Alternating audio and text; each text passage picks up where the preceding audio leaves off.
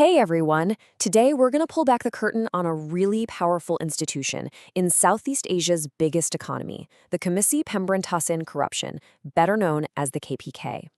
We're going to look at how this one organization is designed to tackle one of the toughest challenges any country can face. I mean, think about it. How do you systematically fight something like corruption? It's not just about catching a few bad guys, right? You need a real strategy, a dedicated plan. And that's exactly the role an institution like the KPK was created to fill. So, this is the KPK. But it's so much more than just another government agency. Its entire mission, its whole reason for being, is built on this really smart three-part strategy. It's a full-circle approach that goes way beyond just making arrests. So here's how we're going to break it all down. First, we'll meet the KPK and its core strategies. We'll look at enforcement, then prevention, and then education. And maybe most importantly, we'll wrap up with how you, yes you, can actually be part of the solution. All right, let's get into the heart of the KPK. To really understand how they operate, you've got to understand this three-pronged approach. Everything they do flows from these three interconnected ideas. And here they are. First, you have enforcement, or penindakan. Think of this as the classic crime-fighting arm. Then there's prevention, pencegahan, which is all about being proactive and closing the loopholes before crimes can even happen. And finally, education, pendidikan. This is the long game, building a whole culture of integrity. Let's dive into each one. First up, enforcement. This is the part of the KPK's work that you probably hear about the most. It's the investigations, the arrests, the big headline-grabbing prosecutions.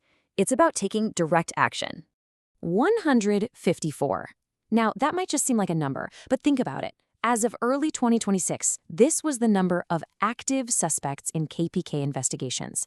Each one represents a major, high-level case that's being actively pursued, often against some very powerful people.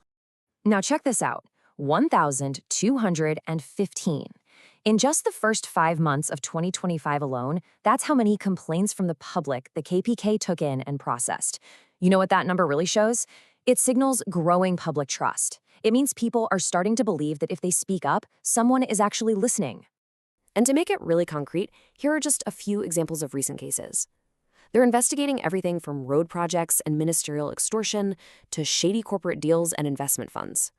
The variety here is key. It shows that no sector is off limits. But you see, enforcement is really only half the battle. It's reactive, right? The second strategy, prevention, or pencegahan, is all about getting ahead of the game. The goal here is to build systems where corruption becomes a lot harder to pull off in the first place. 408,894.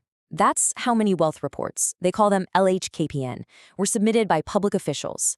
It's basically mandatory financial transparency. By making officials declare all their assets, the KPK creates a paper trail that makes it incredibly tough to hide dirty money. And this number, over 5,000, is the number of reported gratification objects. Now what's that? Well, it's pretty much anything of value that could be seen as a bribe. Gifts, money, fancy trips, you name it. By forcing officials to report these things, the system creates a huge disincentive to accept them. So here's a look at the system that makes all this possible. The KPK has these very specific, clear channels for reporting. For public officials, there's the LHKPN for their wealth and gratification online for any gifts. And, this is so important, for the general public, there's the Pengaduan Masyarakat channel. It's a confidential, anonymous way for anyone to report something suspicious. And that brings us to the third, and maybe the most forward-thinking strategy, education, or pendidikan. This isn't about catching today's criminals or fixing today's loopholes. This is about playing the long game. It's about changing hearts and minds to build a society that just flat out rejects corruption. And they get really creative with it. We're talking about an anti-corruption film festival, a magazine, a podcast. They even have a huge national anti-corruption day called HAKORDIA, and nationwide tours. These aren't just boring PSAs. They're designed to really engage people, especially young people, and make integrity cool. This is the KPK's official slogan, and it just perfectly sums up their entire philosophy.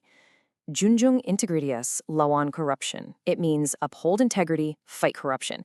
And you have to notice the order there. It's not just about fighting the bad stuff. It's about actively, proactively upholding the good stuff first.